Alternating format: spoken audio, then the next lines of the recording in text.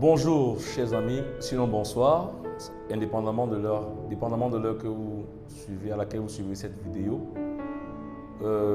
Bienvenue une fois de plus à cette suite du 5e chapitre du module 1, l'introduction au ministère de la louange. Et nous voyons dans ce module co-ouvrier du véritable tabernacle. Et lorsqu'on parle du véritable tabernacle, ça veut dire qu'il y a un faux. Le véritable tabernacle, en réalité, ici, c'est de vous et de moi que je parle.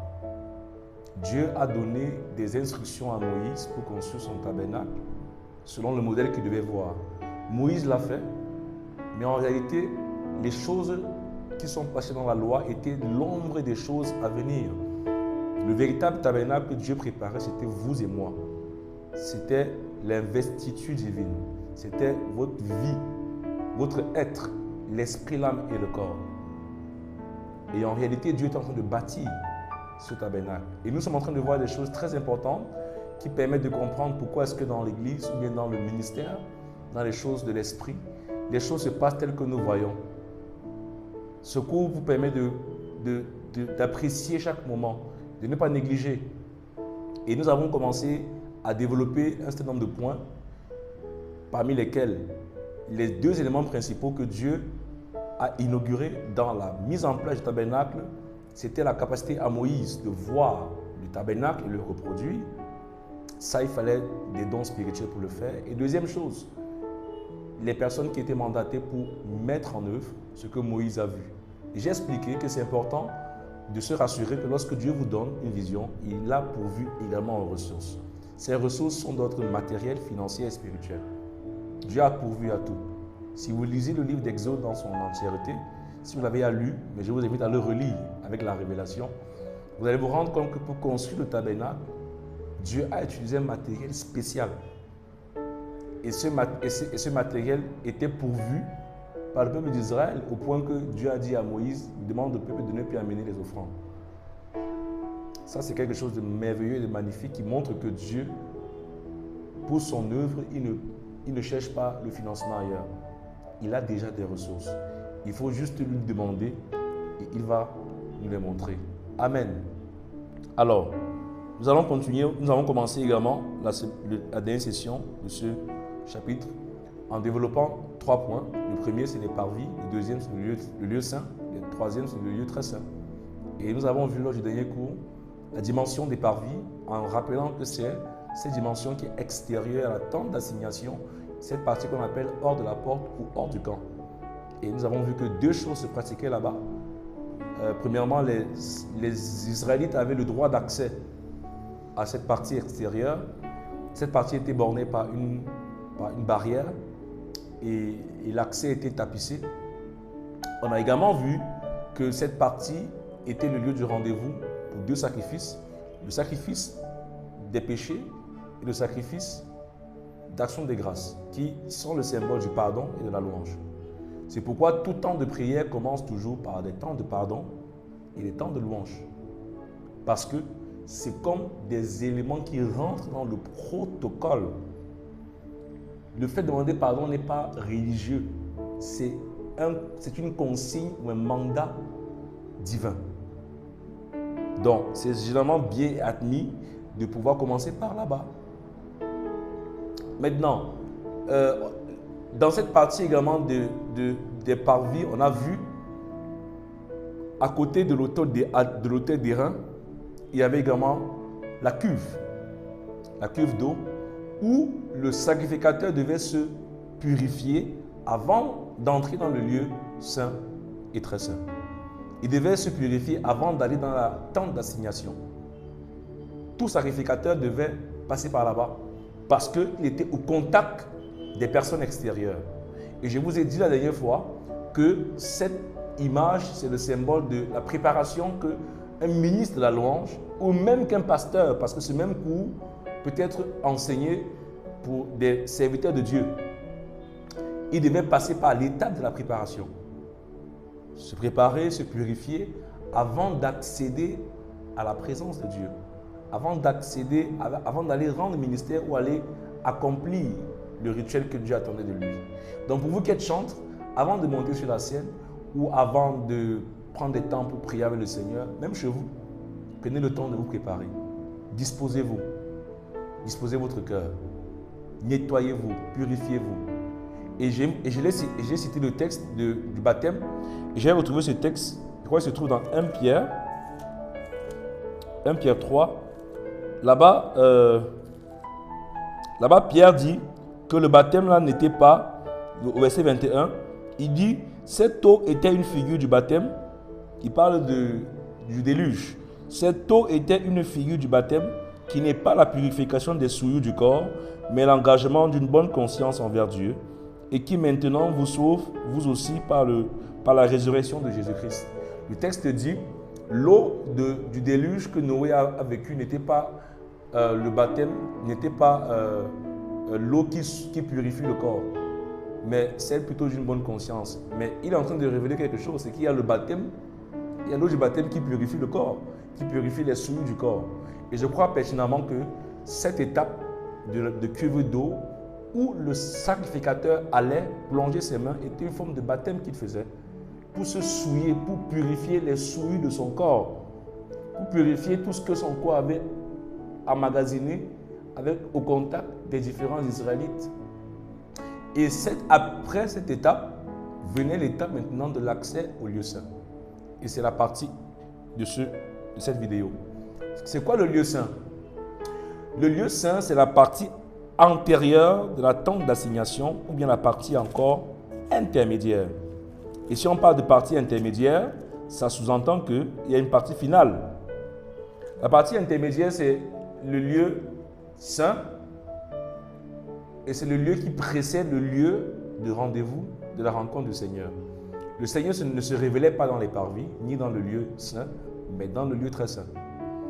Donc le tabernacle est totalement recouvert d'or, pur. Lorsque vous voyez la manière dont le tabernacle proprement dit était recouvert, c'est avec de l'or.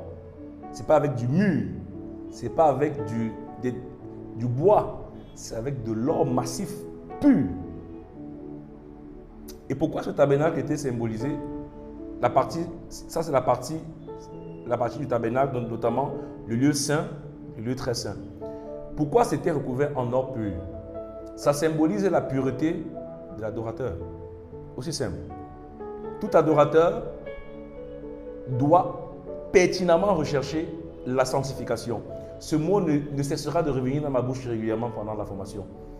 Tout adorateur doit refuser mordicus le péché. Vous devez haïr le péché de toute votre force, sous toutes ses formes. Ça symbolise la pureté du cœur, mais la pureté aussi de l'âme, la pureté du corps. Séparé du lieu saint et des parvis par un voile, on retrouve trois éléments fondamentaux dans le lieu saint. Le chandelier, la table des pains de proposition et l'autel d'or. Lisons Exode 25. Je vais lire.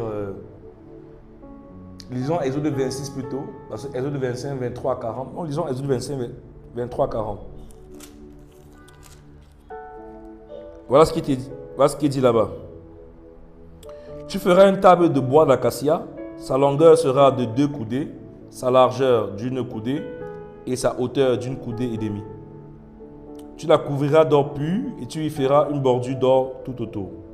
Tu y feras alentour un rebord de 4 doigts sur lequel tu mettras une bordure d'or tout autour. Tu feras pour la table 4 anneaux d'or et tu mettras les anneaux aux 4 coins qui seront à ses 4 pieds.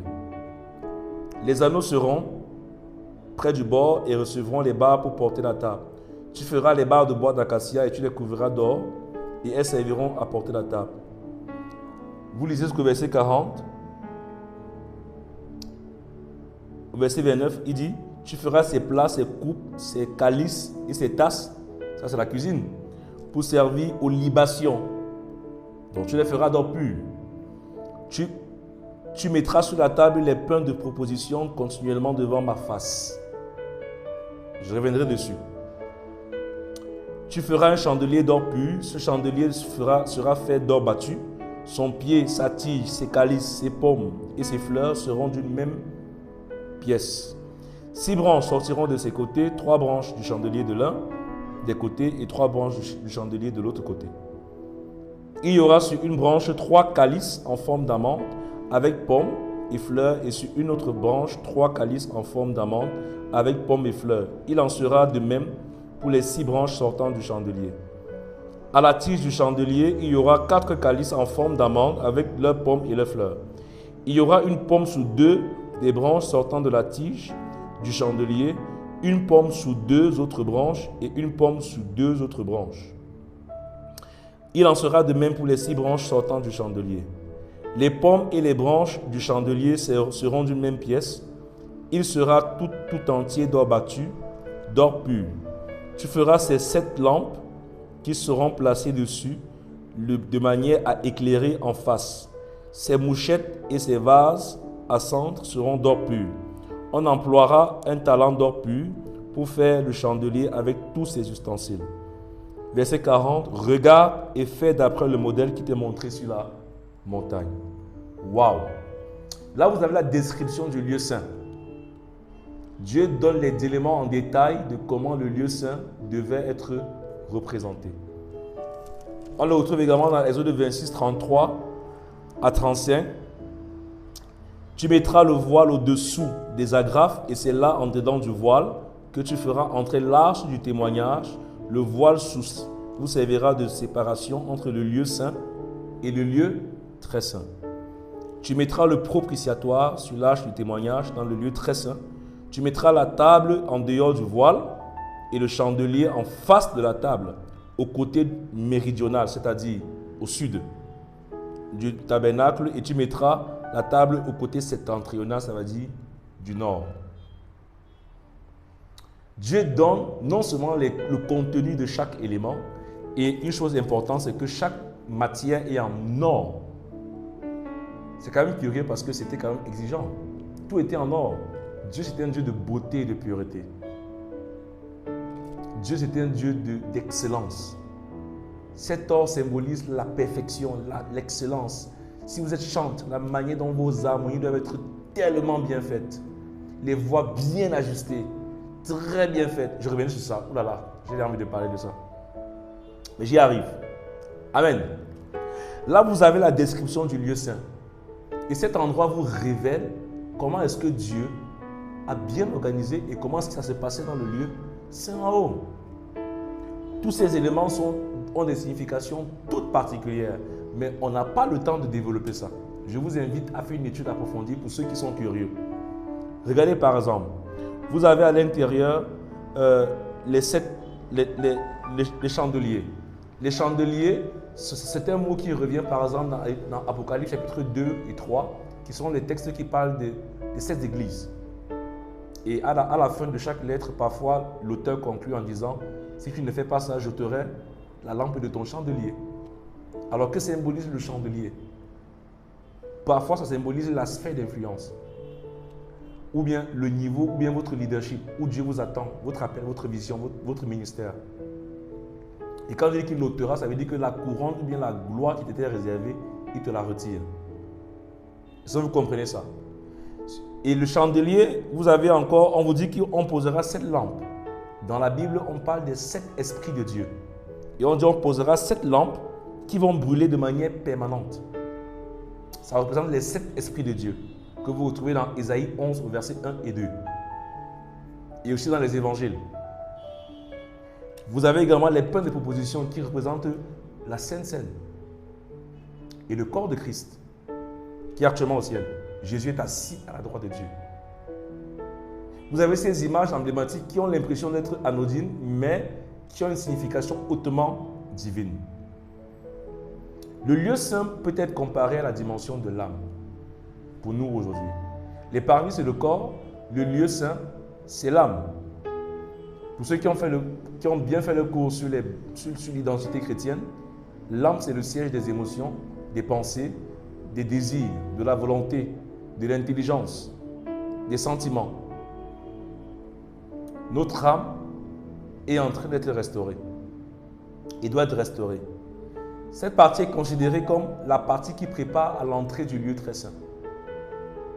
La Bible dit que le véritable adorateur adore en esprit et en vérité. Donc l'âme vous prépare à adorer en esprit. L'adoration peut se faire dans le corps, dans l'âme et dans l'esprit. Mais celle que Dieu attend, c'est celle de l'esprit et non de l'âme. Et comment savoir que vous êtes en train de louer? La louange se fait, comme on l'a dit, par l'âme.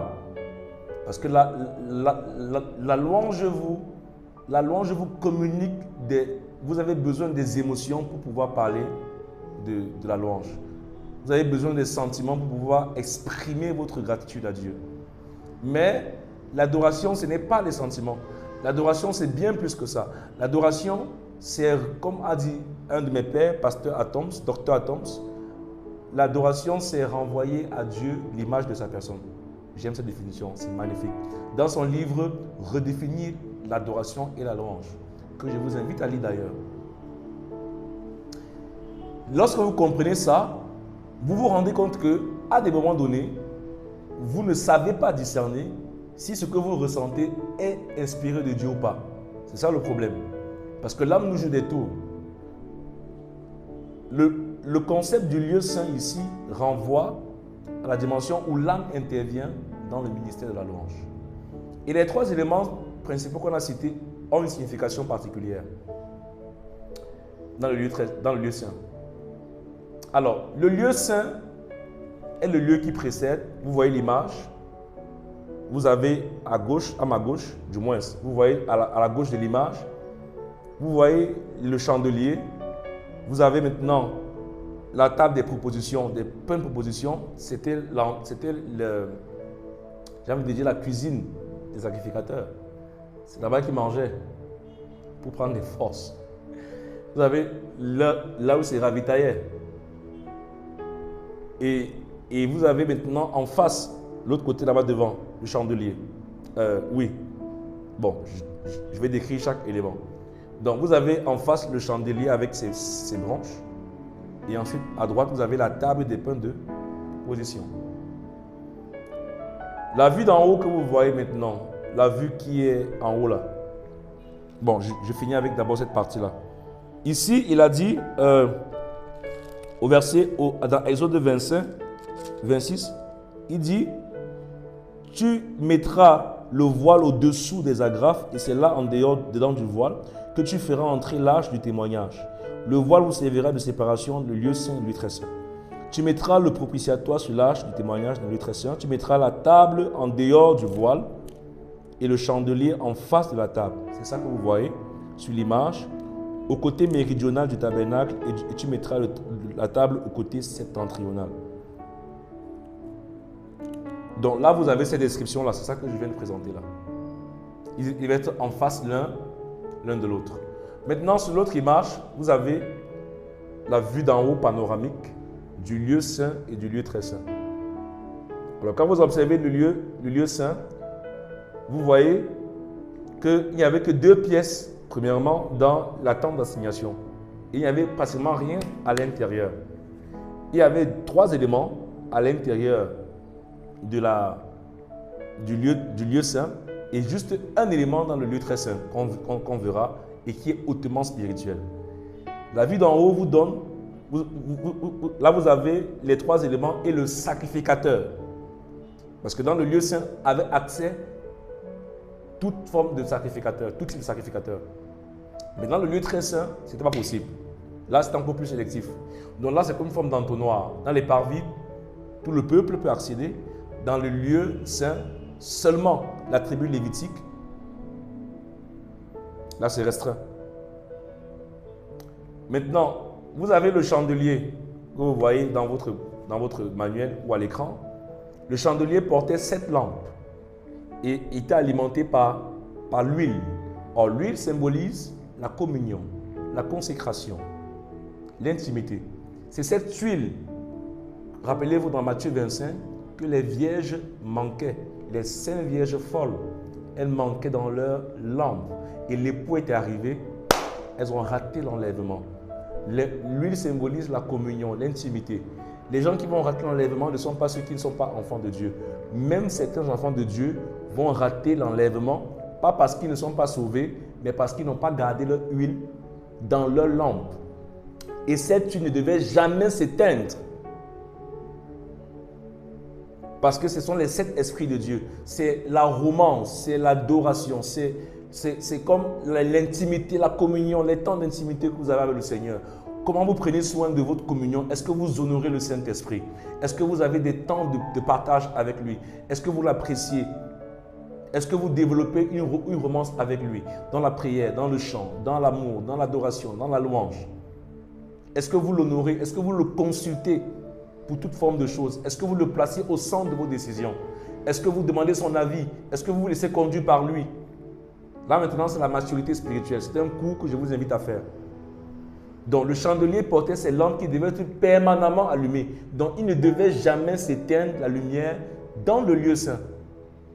Il devait toujours avoir la lumière. Cette lumière, c'est le symbole que la lampe, l'huile coule. Donc c'est la signification qu'un adorateur, un chantre, est toujours éveillé. Il n'est pas endormi. Il est toujours en alerte, toujours prêt, toujours sanctifié, toujours en train de veiller. Dans les temps de prière, les temps de jeûne, il est toujours prêt au combat. La lampe qui s'éteint symbolise que si vous êtes au ministère du chantre, vous êtes appelé à travailler dans le lieu saint. Vous devez entrer dans la tente d'assignation. Il n'entre là-bas que ceux qui sont prêts à rester en éveil. On ne veut pas les dormeurs là-bas.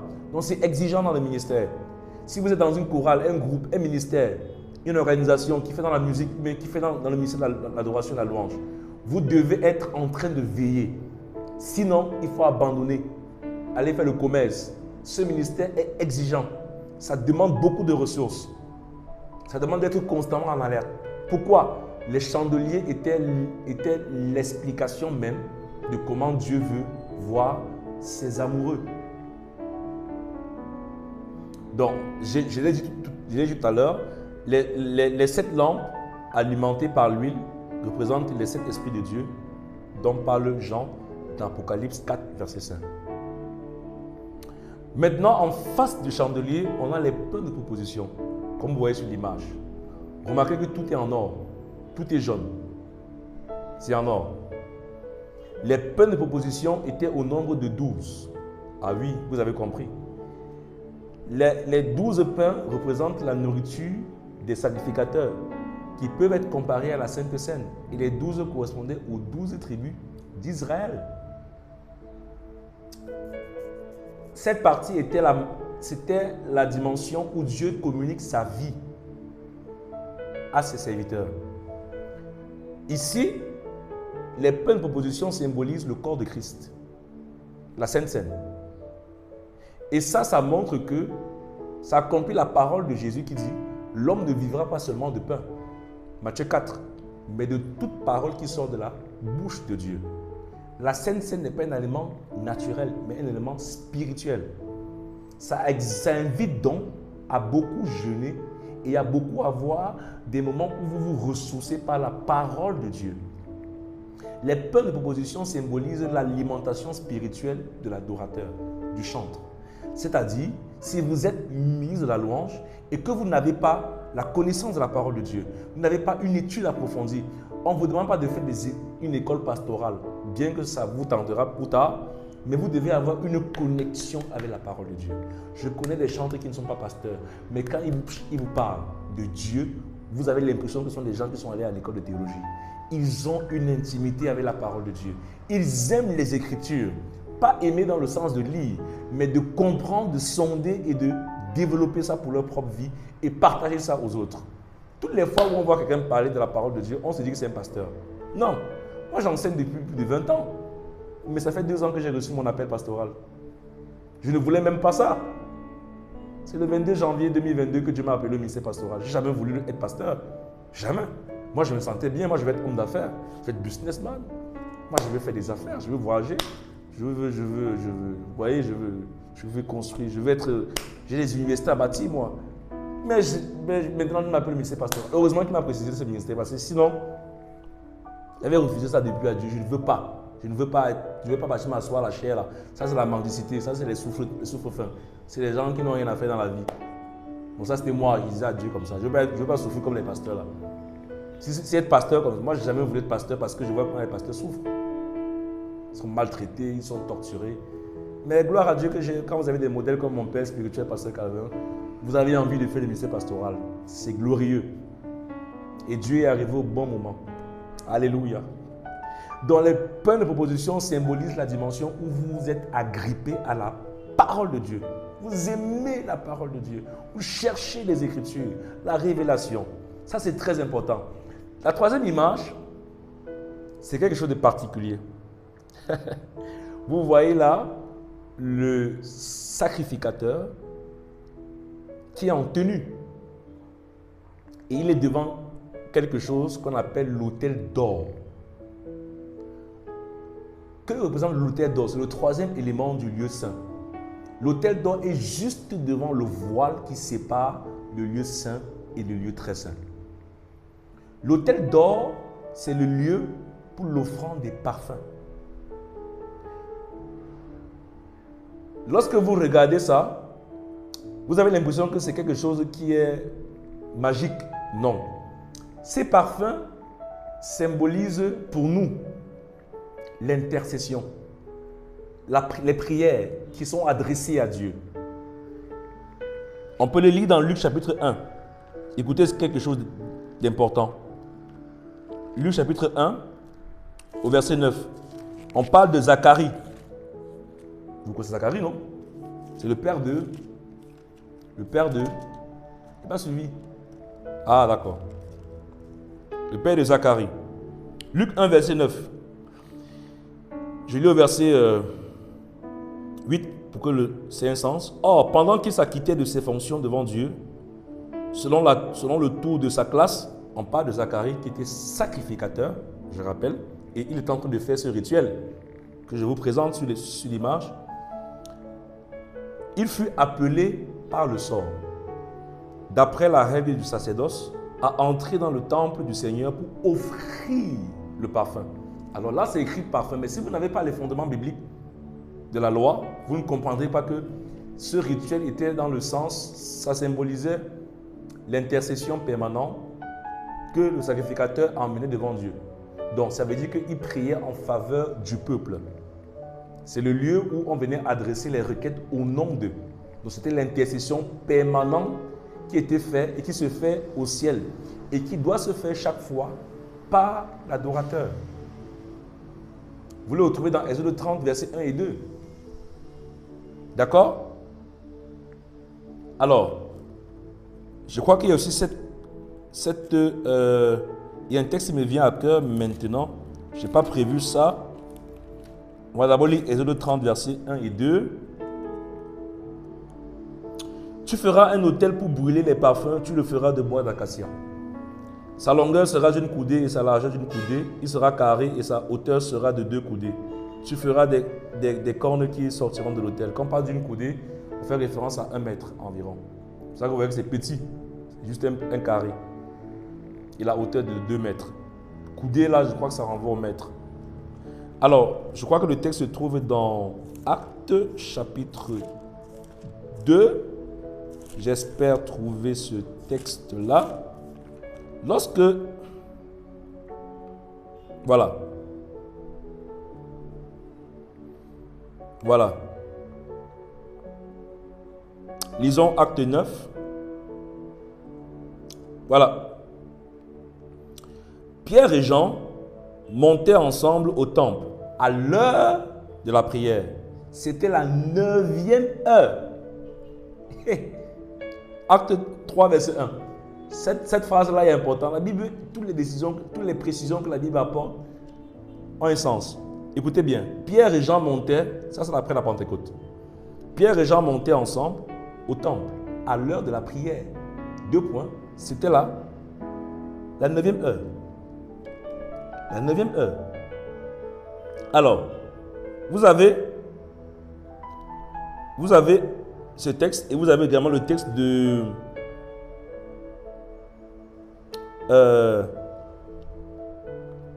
oui, je crois que je vais le retrouver. Je ne sais pas si je vais retrouver ce texte. Oui. Un instant.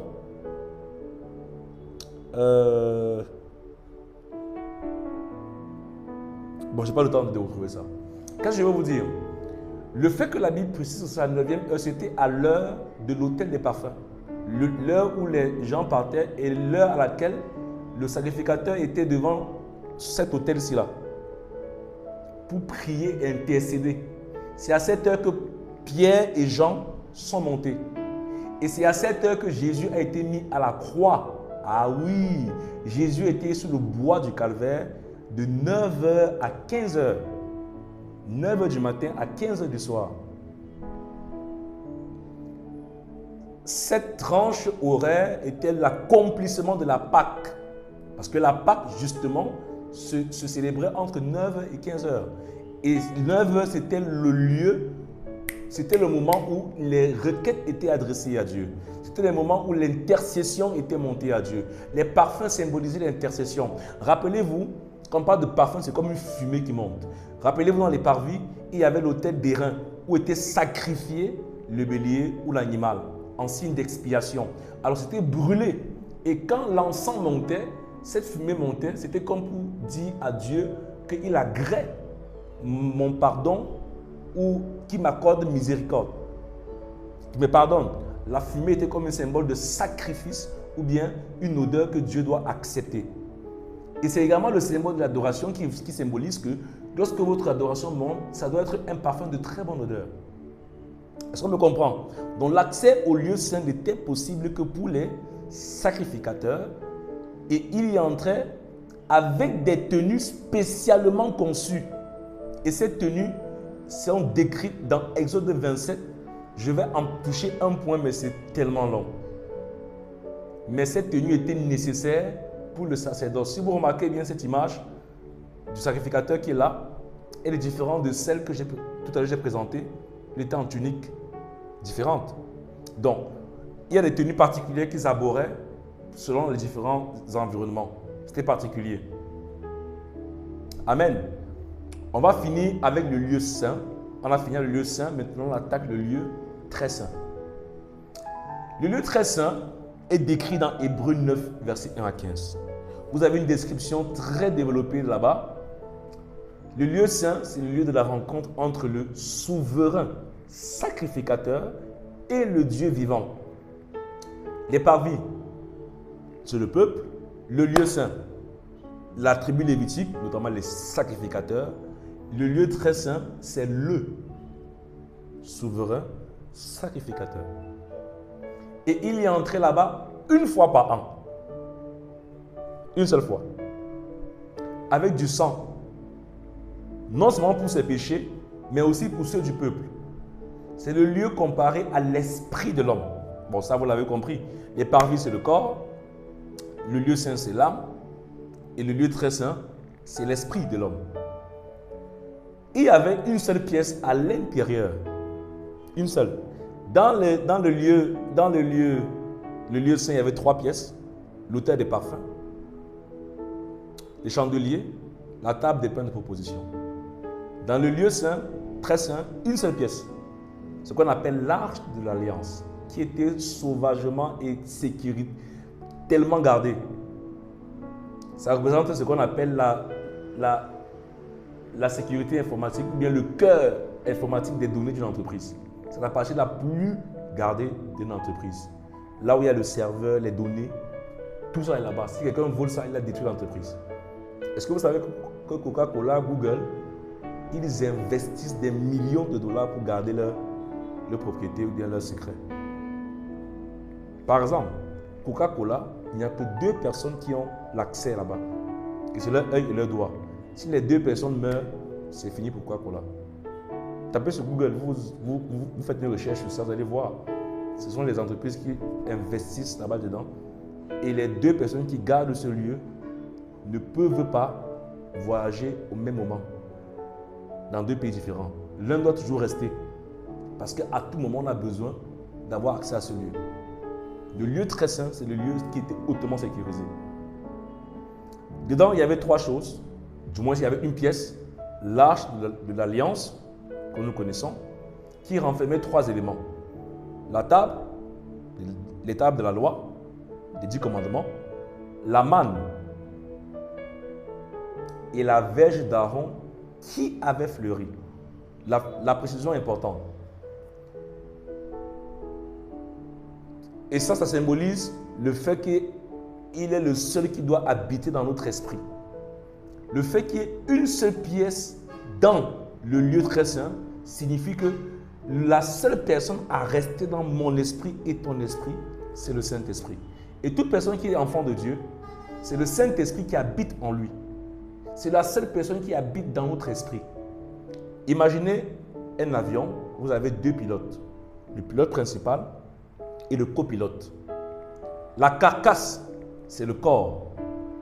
Le volant, c'est l'âme. Et le pilote, c'est ton esprit. Maintenant, le copilote, c'est le Saint-Esprit. L'objectif de Dieu, c'est que le Saint-Esprit prenne la place du volant. Et là, on parle de la maturité spirituelle. Et quand on dit que quelqu'un est fils de Dieu ou épouse de Jésus, c'est celui qui a laissé la place, le volant, au Saint-Esprit. C'est-à-dire que maintenant, le Saint-Esprit et lui ne font qu'un.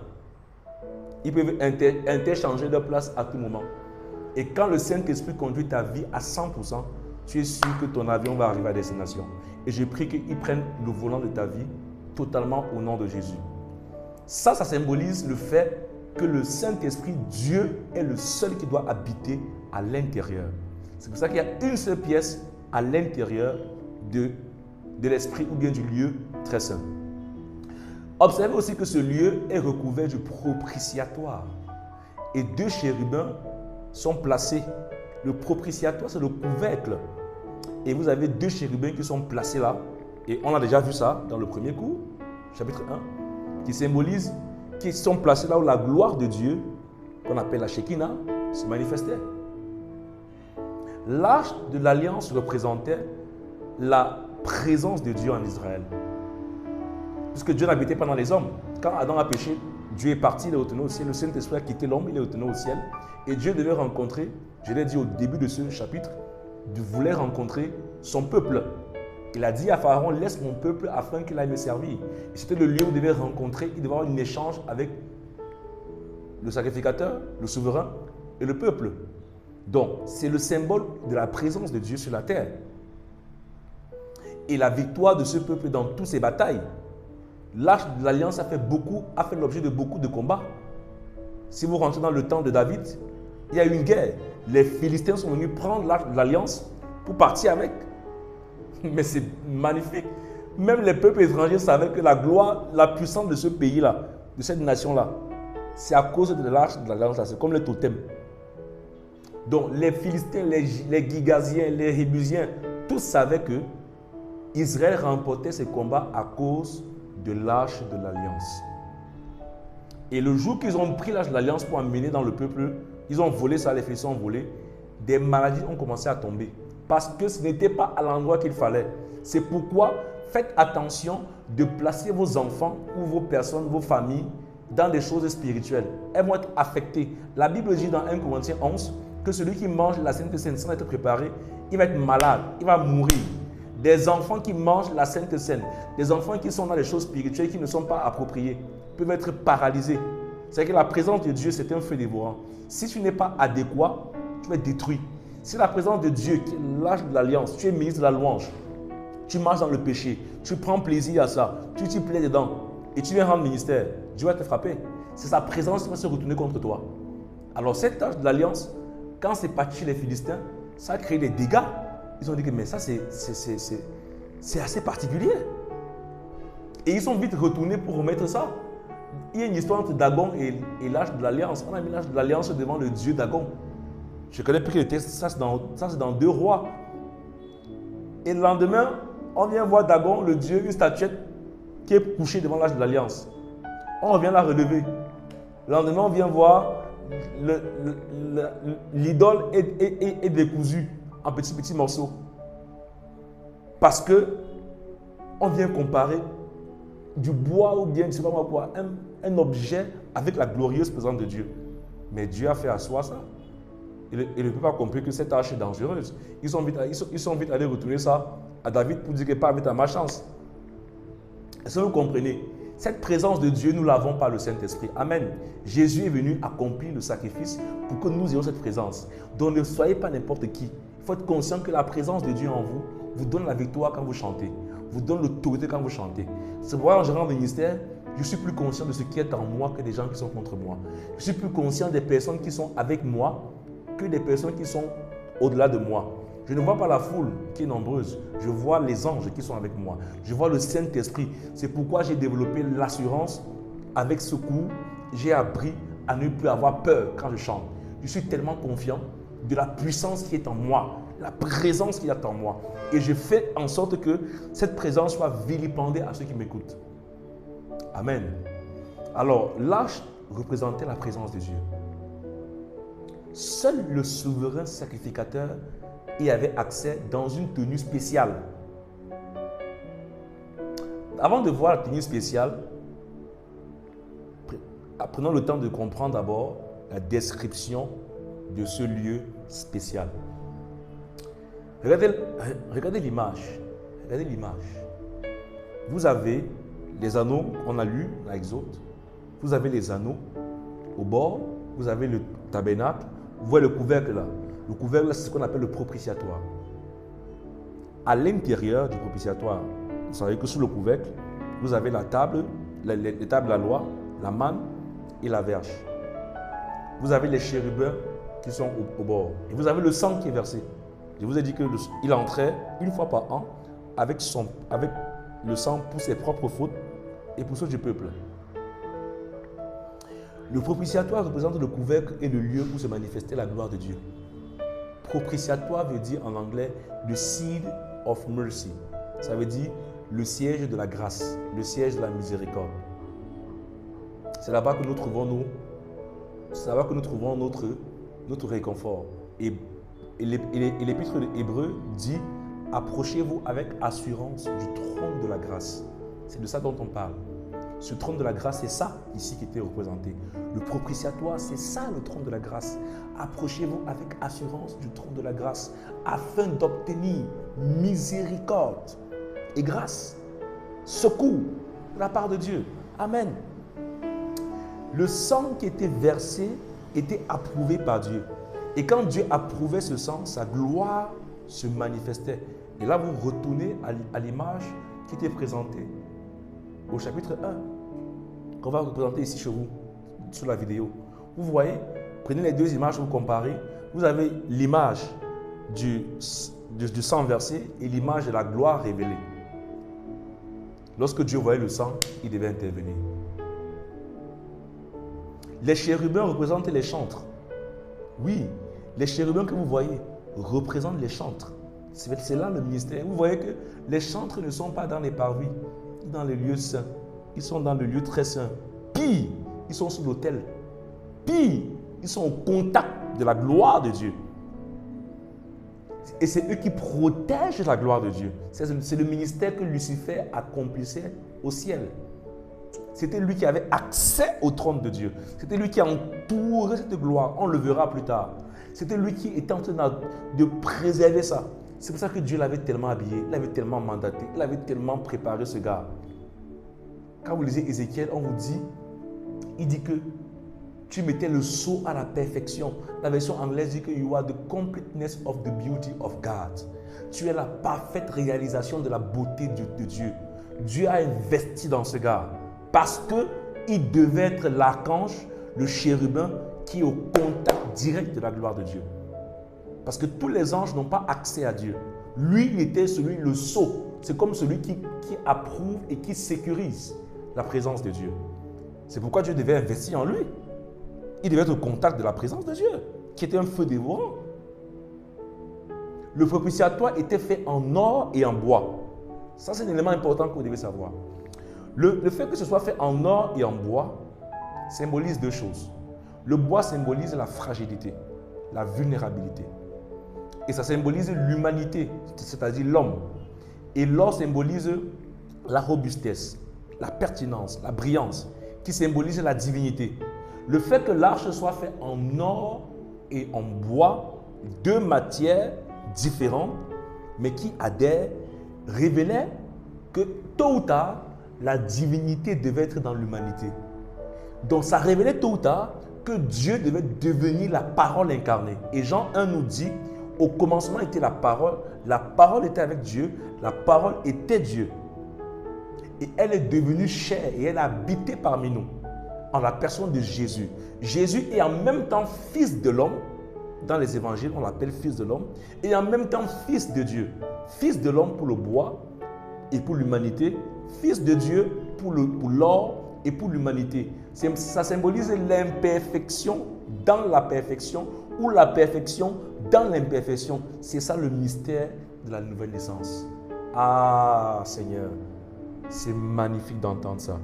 J'en ai la chair. Quand vous entendez cette révélation, vous avez envie de dire à Dieu, qu'est-ce que j'ai fait? Qu'est-ce que l'homme pour que tu te souviennes de lui? Le Fils de l'homme pour que tu prennes garde à lui. Somme 8, à partir du verset 4. Tu l'as fait de peu inférieur à Dieu. De peu. Est-ce que vous symbolisez, est-ce que vous réalisez cette magnifique... Dieu révélait déjà le mystère de Jésus-Christ dans l'arche de l'Alliance. Une seule personne qui combine deux entités, l'humanité et la divinité. Maintenant, nous ouvrons l'arche de l'Alliance. Allons à l'intérieur. Dans l'arche de l'Alliance, vous avez les tables de la loi. Les tables de la loi symbolisent la parole de Dieu qui doit être inscrite dans nos cœurs. Et Paul dit dans 2 Corinthiens que nous sommes une lettre vivante. Dieu a inscrit, il a ôté le cœur de chair, le cœur de pierre. Ce cœur de pierre, ce sont les tables qui étaient en pierre pour mettre le cœur de chair. Et il a inscrit dans nos cœurs la loi. Nous devons être conscients que nous avons la parole de Dieu qui est inscrite en nous et nous devons méditer et aimer les Écritures. J'ai insisté dessus lors de la précédente vidéo. La cruche d'eau qui contenait la manne symbolise le pain de vie qui est l'offrande du corps de Jésus. Et la verge d'Aaron qui a fleuri renvoie à la résurrection du Seigneur Jésus-Christ d'entre les morts. Nous trouvons ce texte dans Nombre, chapitre 17. Écoutez ce qu'il dit au verset 10. Il dit, l'Éternel dit à Moïse, reporte la verge d'Aaron devant le témoignage pour être conservé comme un signe pour les enfants de rébellion. Écoutez très bien. Afin que tu fasses cesser devant moi les murmures et qu'ils ne meurent point. Vous avez là le symbole de ce que Dieu devait un jour vaincre la mort, vaincre le pouvoir du séjour des morts et monter au ciel. Pourquoi? Parce que sans la résurrection de Jésus, nous les fils de la rébellion, nous étions coupables. Et pour que Dieu ne fasse pas retomber la condamnation sur nous, il fallait que la résurrection de Jésus parle en notre faveur. Il fallait que la résurrection de Jésus nous acquitte de la colère de Dieu. Voilà ces éléments qui rentrent dans l'arche de l'Alliance. Et c'était devant l'autel. Jésus-Christ est assis à la droite de Dieu. Jésus-Christ représente les trois choses. Il est la résurrection d'entre les morts. Jésus est la parole de Dieu, la table. Jésus est la résurrection, on a dit, la verge. Et Jésus est la verge qui a fleuri. La fleurescence signifie qu'il y a des bourgeons qui naissent. Et la manne, Jésus est le pain de vie. Et ces trois éléments sont permanemment devant Dieu. Dans le ciel, où je vous parle, ces éléments représentaient l'accomplissement du ministère du Seigneur Jésus sur la terre. Et nous sommes le sceau. Les chantres sont le sceau. Ce sont des gens qui sont au contact de ces choses hautement spirituelles et qui doivent être conscients de cette réalité. Alors, regardez maintenant, on va finir, permettez que je finisse cette section par ce chapitre, je vous dis qu'il est très long, avec la description du vêtement du sacrificateur, sinon du souverain sacrificateur. La première image que vous voyez, vous l'avez dans votre manuel, on vous donne les différents compartiments du sacrificateur. Il avait un habit hautement spirituel. Et vous trouvez ça dans Exode 28 qui vous décrit par étapes tout ce que ça signifie. La tenue du sacrificateur traduit l'exigence de Dieu sur le protocole à suivre pour le rencontrer. Oui, Moïse a également vu la tenue. Dieu a tout donné. Ce qui est magnifique, c'est que Dieu donne tout. 3 tenues recouvraient le sacrificateur, le souverain sacrificateur. Et chaque pièce symbolisait une partie de la vie du Seigneur Jésus-Christ. Cela traduit également comment le Seigneur veut nous rencontrer dans sa présence. Comment est-ce qu'il veut qu'on vienne dans sa présence. Mais pour entrer dans le lieu, dans le Saint des Saints, qui est le lieu très saint, le souverain sacrificateur devait se départir. On a dit qu'il y a 3 tenues. Il devait se départir des 2 vêtements au-dessus. Il s'agit notamment de l'éphod que vous voyez sur l'image. L'éphod, c'est cette tenue en couleur rouge, avec des couleurs rouges et les pierres, les 12 pierres. Du pectoral. Le pectoral, c'est ce que vous voyez, cette partie qui était juste sous l'éphod, comme une sorte de broquette, de banquette. C'est comme si c'était, on appelle ça quoi, des jaquettes. Voilà, comme une jaquette. Et vous avez maintenant la robe. La robe, c'est tout ce que vous voyez là. Dans la robe, c'est ça qui est bleu. Donc il y a l'éphod, la partie rouge, sur laquelle est posé le pectoral, comme du mot pectéro. Vous avez ensuite la robe. Il devait enlever ces 2 vêtements et rentrer uniquement avec la tunique qui est brodée. Alors, allons en détail. Premièrement, regardons la robe bleue sur l'image, qui est la robe bleue.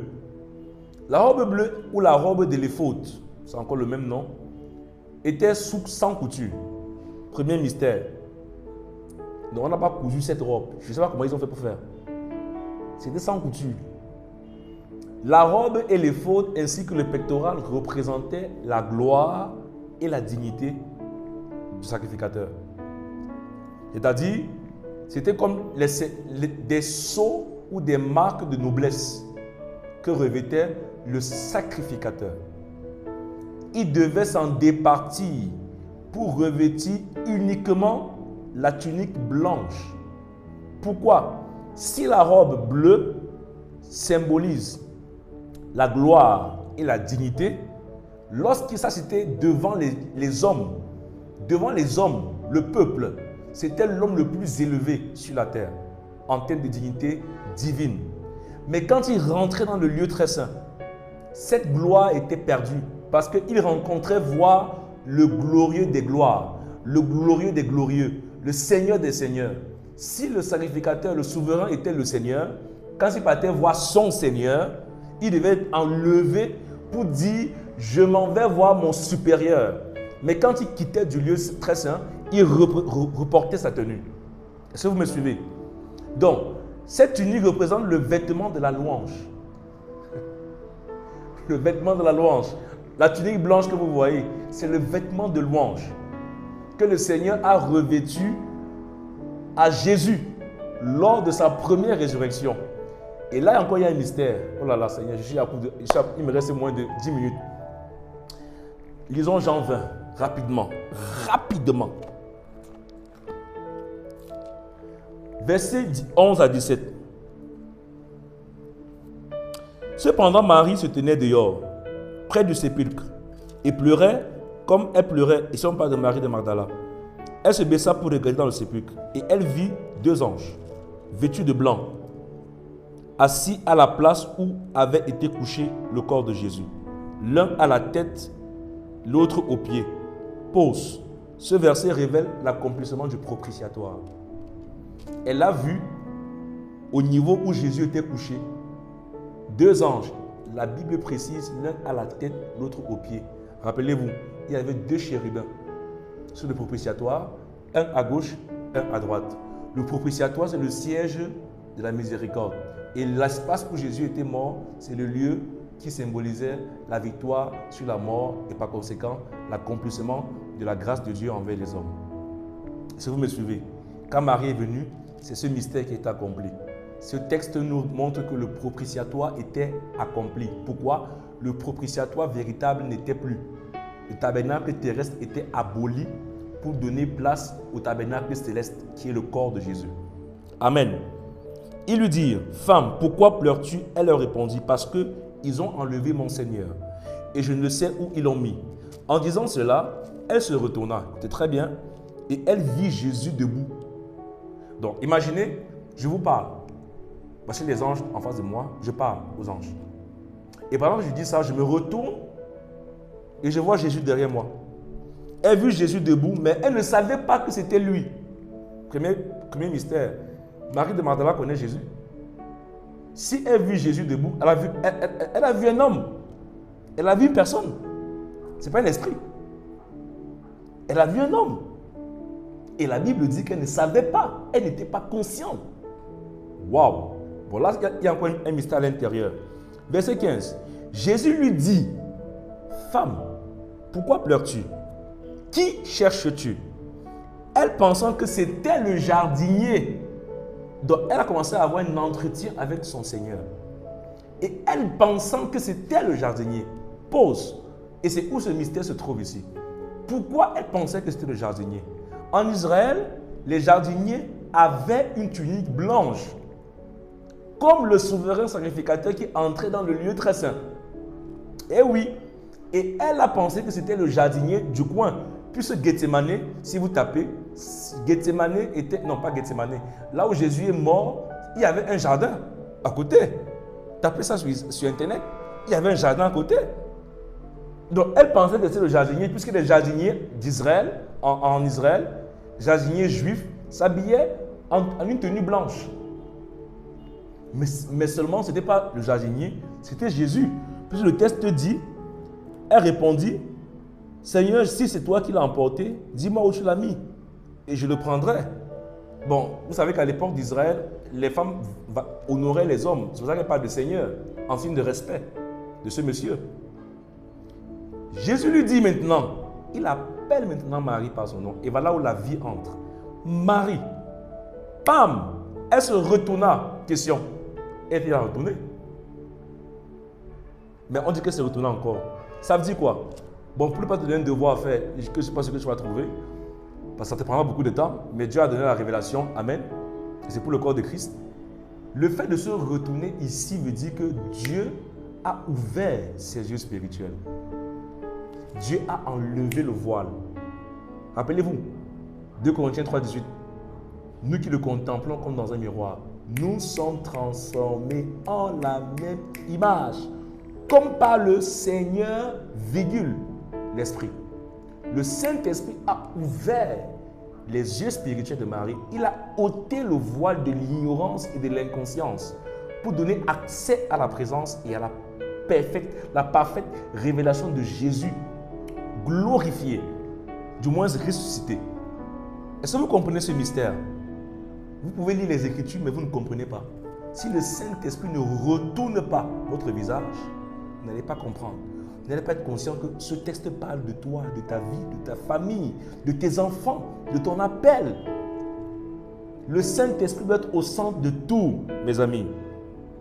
Elle se retourna et elle dit en hébreu Rabouni, c'est-à-dire maître. Elle a reconnu Jésus. Maintenant, le verset qui suit dit, Jésus lui dit, ne me touche pas. D'autres versions disent, ne me retiens pas. Pourquoi? Je ne suis pas encore monté vers mon Père. Pourquoi? Écoutez maintenant là, il y a un mystère important à comprendre. Jésus est en train de monter au ciel. Ici, Jésus est ressuscité. Mais ce ne sont pas les disciples qui l'ont vu. C'est une femme qui l'a vu. Et parce que Jésus est monté, une femme l'a vu lors de sa première résurrection. Son premier retour aussi, c'est une femme qui va le rencontrer, son épouse. Autrement dit, il y a 2 résurrections, il y a eu 2 ascensions, il y a aussi 2 enlèvements. La première ascension, une femme a vu. La deuxième ascension, c'est celle qu'on connaît dans Luc, dans Acte 1. Jésus est parti sur la montagne des Oliviers et tous étaient là. Il a dit, allez et faites la chose, il a commencé à dire des autres. De la même manière, Jésus va venir 2 fois. Une première qui est secrète, c'est une femme qui va le voir. Oui, son épouse. L'enlèvement sera secret. Il va rester au ciel, il va aspirer son épouse et on va partir. Et c'est où la Bible dit que de deux, un sera laissé, l'autre sera pris. Mais son deuxième retour, où on chantera « Ce jour-là, on dira Maranatha ». Ça, ce chant-là, se fera lors de son deuxième retour. Pas du premier retour. Oui, Jésus montait au ciel. Et il ne devait pas être touché. Pourquoi? Rappelez-vous, dans les parvis, les sacrificateurs devaient purifier, aider les Israélites à faire le sacrifice d'expiation des péchés et d'action des grâces. Et après, ils devaient aller se laver dans la cuve des reins, la cuve d'eau, avant d'entrer dans le lieu saint. Jésus venait de mourir. Il s'est souillé par son sang. Maintenant, il s'apprêtait à aller accomplir le ministère de souverain sacrificateur. C'est pourquoi il a enlevé sa tenue de gloire, il a laissé son manteau, il est parti maintenant avec sa tunique, une tunique qui a été préparée par les anges depuis le ciel avant la fondation du monde. C'était apprêté au ciel depuis, avant même que Caïn ne soit créé, ni Abel. C'était apprêté depuis. Dieu avait à tout apprêté ça depuis. Puisque Moïse avait quelque chose qui existait déjà. Là, nous sommes en train de parler de la loi. Mais je vous explique, la grâce, si le sacrificateur a vu ça au ciel, ça veut dire que c'était là depuis. Donc la tunique de Jésus était apprêtée depuis. Oh, j'ai tellement agi sur ça. J'ai tellement agi. Et cette tunique encore symbolise la fin du sacerdoce lévitique sur la terre. Rappelez-vous quand Jésus a parlé à Caïphe, il a posé la question, es-tu le Fils de Dieu? Il a posé par plusieurs fois la question. Qu'est-ce que Caïphe a dit?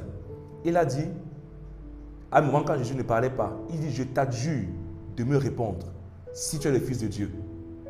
Dans la loi, quand le souverain sacrificateur, qui était Caïphe, l'autorité la plus grande en Israël, quand il disait, je t'adjure, tu as l'obligation de répondre. Si tu ne réponds pas, la malédiction de Dieu tombe sur toi. Or, Jésus ne devait pas pécher. Il devait être le péché, mais pas péché. Donc, quand il a dit, je t'adjure de me répondre si tu es le Fils de Dieu, Jésus a parlé maintenant. Il a parlé. Il a dit, effectivement, je suis le Fils de Dieu. Mais qu'est-ce qui s'est passé?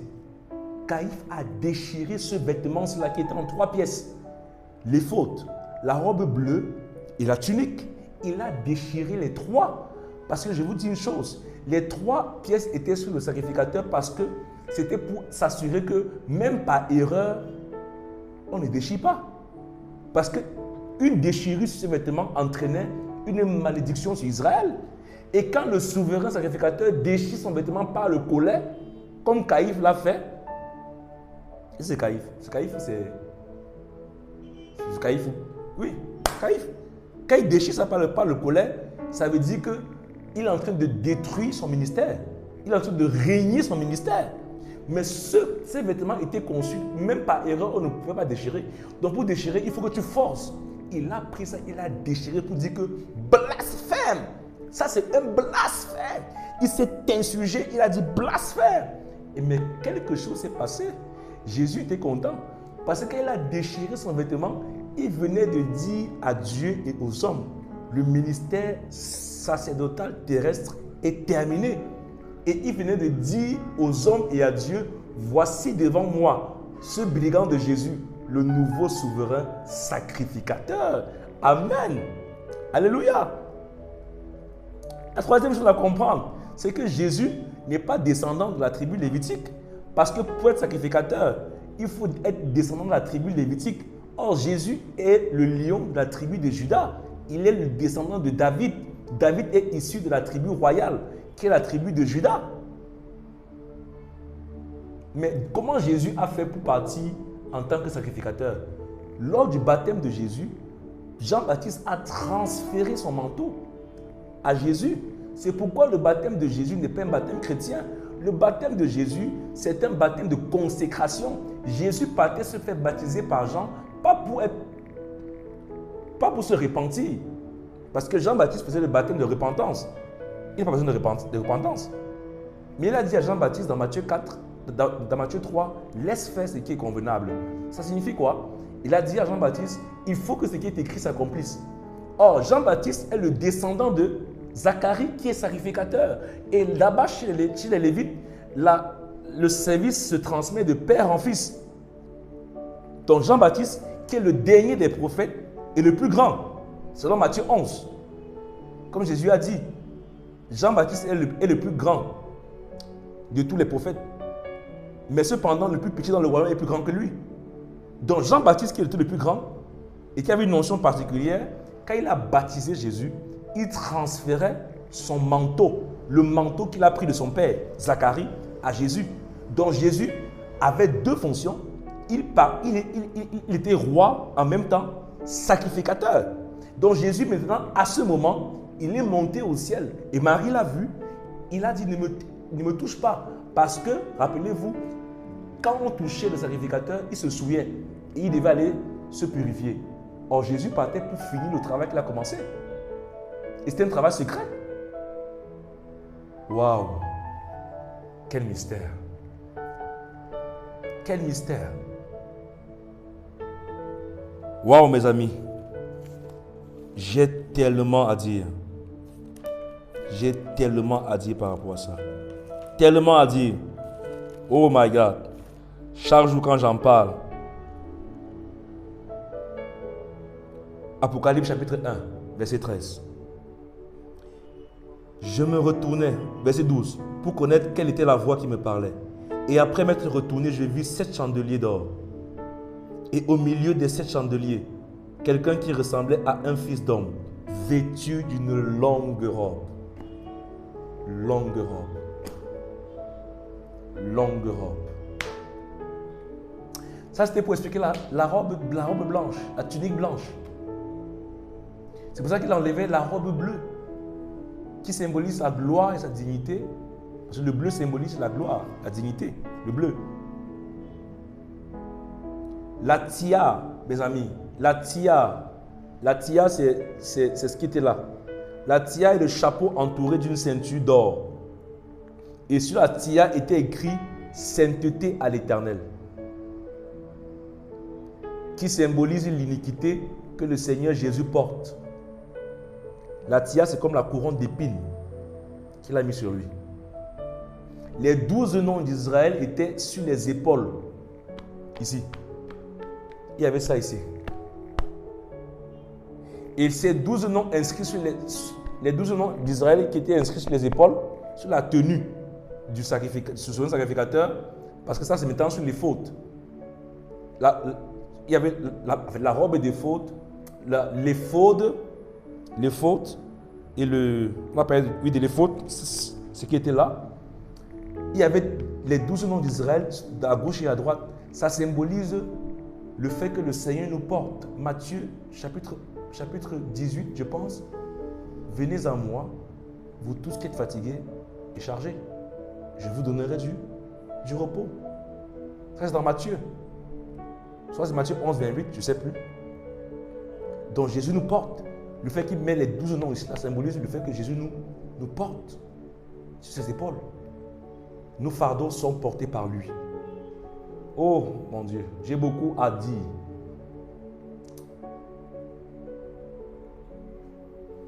Je vais conclure partiellement. En définitive, l'organigramme et l'organisation du service dans le tabernacle revêtent plusieurs vérités extrêmement profondes, essentielles pour la marche d'adoration. Aaron et ses enfants sont des modèles d'adorateurs que Dieu cherche réellement dans l'alliance messianique. Le protocole qui a été mis en place a été accompli par Jésus-Christ pendant son ministère sur la terre. La véritable adoration du chantre aujourd'hui, c'est l'offrande de sa vie. C'est tout ce protocole-là. Le protocole précédent révèle qu'un temps d'adoration a plusieurs phases. Donc tout ce que je viens de vous dire révèle qu'il y a plusieurs phases dans un culte ou un temps d'adoration ou de louange. Il y a des chants d'action de grâce, les parvis, ou de célébration. La Bible dit entrer dans ses portes avec des louanges, avec un cantique nouveau. Il y a des chants de repentance. Là maintenant je suis précis. Les chants d'action de grâce, les chants de repentance, les chants de célébration, les chants de consécration dans le lieu saint, les chants d'intercession dans le lieu saint et finalement les chants d'adoration proprement dit. dans le Saint des Saints. Donc lorsque vous dites que vous êtes dans un temps d'adoration, voilà le protocole qu'il faut suivre. J'ai dit à plusieurs qui m'écoutent souvent qu'il y a des chants qui ne sont pas des chants d'adoration. Par exemple, Seigneur, tu me cherches, tu me connais. Un parti, c'est chant d'adoration parce qu'on dit à la croix, je me prosterne, où ton sang coule là pour moi. Là, c'est dans le lieu très saint. Et moi, j'ai tant besoin de toi. Ça, c'est un chant de supplication. C'est un chant de requête. C'est un chant d'intercession. C'est un chant d'appel. C'est un chant de soupir. On est dans les parvis ou dans le lieu saint. Ce n'est pas un chant d'adoration, mais ça fait partie d'un temps d'adoration. Est-ce que maintenant vous comprenez les termes? L'adoration prend en compte, la Bible dit d'adorer en esprit et en vérité. Mais pour arriver à l'esprit, il faut passer par le corps et par l'âme. Il faut passer par les parvis, par le lieu saint pour accéder au lieu très saint. Il y a une préparation qui doit se faire. Il y a un protocole qui doit se suivre. Est-ce qu'on me comprend? Je vais m'arrêter ici. Ce n'est pas fini, la première section. Beaucoup à dire. On reviendra en détail pour la prochaine étape. Et on va davantage parler par rapport à ça. Je vais simplement prier. Père, merci. Ah, Seigneur, il y a beaucoup à dire. Il y a beaucoup à comprendre. Tes œuvres sont magnifiques. Tout ce que tu fais est bon. Tu es merveilleux, tu es doux, tu es magnifique, tu es excellent, tu es parfait dans toutes tes voies. Seigneur, merci. Merci d'avoir inspiré ce type de révélation. Accorde-nous la grâce d'honorer le sacrifice de Jésus. D'être conscient que nous ne sommes pas un accident, mais que nous sommes une programmation divine. Nous sommes une élection divine. Dans ton agenda, tu nous avais préparé, prédestiné. Aide-nous à vivre la véritable adoration. Nous sommes ce tabernacle et nous voulons le vivre. Prends plaisir à te mouvoir avec nous. Prends plaisir à te déployer avec nous. Dans nos communautés, dans nos églises, dans le corps de Christ. Sers-toi de nos vies, pleinement, totalement. Seigneur, je n'ai même pas dit 10% de ce que nous devons savoir. Mais aide-nous à comprendre par la révélation du Saint-Esprit, par le ministère du Saint-Esprit, la profondeur de ce texte, de ces textes, de ce mystère qui est grand. Aide-nous à comprendre la véritable adoration. Qui est le véritable tabernacle que nous sommes? Merci de faire de nous ce sanctuaire, ce tabernacle où tu prends plaisir à te mouvoir. Que la gloire te revienne puissamment dans le nom de Jésus. Amen. D'ici là, portez-vous bien. Que Dieu vous bénisse.